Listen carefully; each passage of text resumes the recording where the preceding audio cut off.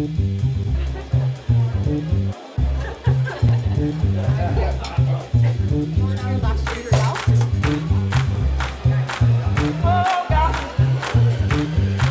we're doing tonight is basically the start of a reality show where students are going to act like farmers that just inherited $10 million. So with this $10 million, they have to design a farm for one of 9 commodities that they don't know which one it is yet. So we have some folks from the industry and from banks and lenders that are helping us to plan our farm that we're building. The county phoned me up there a couple weeks ago and they were looking for some volunteers, and figured why not get to be an advocate for the ag community, and it's good.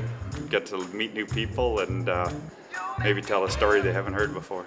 Mixing the young with the experienced to share ideas and get everyone excited about agriculture, because it is important to Parkland County. It's a huge component of our county, and we want to see youth in our farms and our agriculture community. We want to see the youth taking over the family farms. For Parkland County, from our perspective, it's important to try to keep agriculture alive and help people to understand what it is. In about 15 minutes, we'll tell them what their commodity is, introduce them to some farmers, and say you have to have all of this done by April 10th. And we want a 1-year operating budget too. So basically our bull goes out in April, so we start calving in February. And then you take your feed cost off, so you're going to run between about 45 cents a litre return. Often these 2 barns are connected, so they'll have a central egg collection here. My group, we got table eggs, and so right now we're just talking to a producer about quota and about what barn size and biosecurity issues and insurance. Right now we have to deal with quota, so we have to buy a certain number of birds and be able to provide a certain number of eggs from there, and that's going to eat up probably more than half of our budget currently. So we were given $10 million to build a farm, which seems like a lot, but it's not so much when you take into account maintenance costs or the cost of equipment, even the cost of animals. So if your pasture's not where you are, say your pasture's 40 miles away, you got to figure out how you're going to get those cows to pastures next thing. Every group will have their ups and downs, some more than others. And in the end, for some commodities, I imagine it being a real stretch to the finish line and seeing if they can pull it all together. This is something that not many students get to do.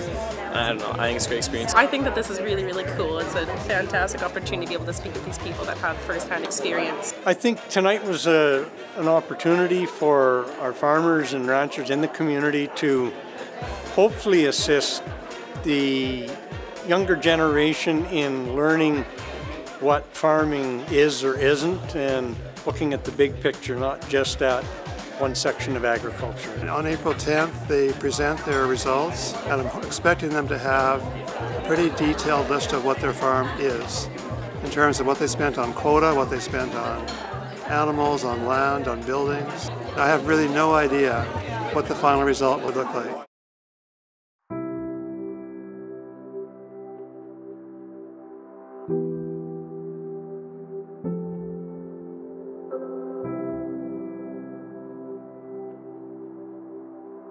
Two and a half months ago, we met in Parkland County, and a lot of them couldn't speak the language of agriculture at that point.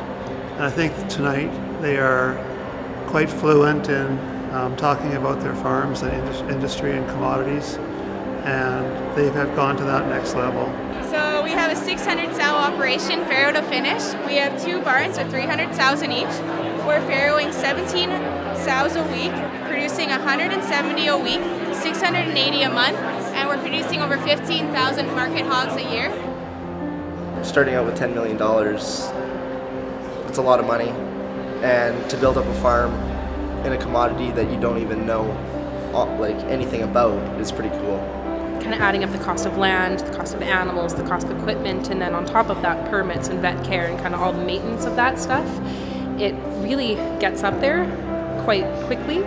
The level of creativity that has shown up tonight and the pride they have in what they've done is amazing. Yeah, we have a real actual website, so it's legit, like tells you everything about our turkeys, what we do, our biosecurity, our animal health. Yeah, I was a building designer and I built a 2D model on this app. I downloaded it on my iPad, and it actually has a function where you can turn it into a 3D model right on your iPad, and you can go within the barn and look at all the layout that I designed. They get the experience of, you know, contacting retailers and people in the agriculture industry just to get a good idea of all the opportunities and different jobs associated with the agriculture industry. If this opens their eyes to a new program of study or a new career, it doesn't get any better than that. I had a group of all young girls, and in our industry there's not a lot of women operators.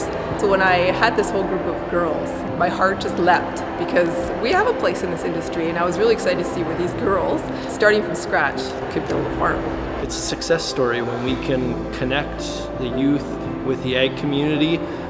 That's really our goal, is to build those connections, build those relationships, and keep agriculture as a top priority for the county. And don't take this the wrong way, but like we thought people would come for a few minutes and leave.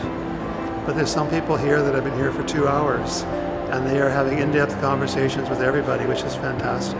Do this every year, do this every other year, bring it in everywhere, and just inform, give good information. To see these youth getting involved and having a good time is definitely inspiring, and gives hope that there's still going to be a generation coming up in the industry.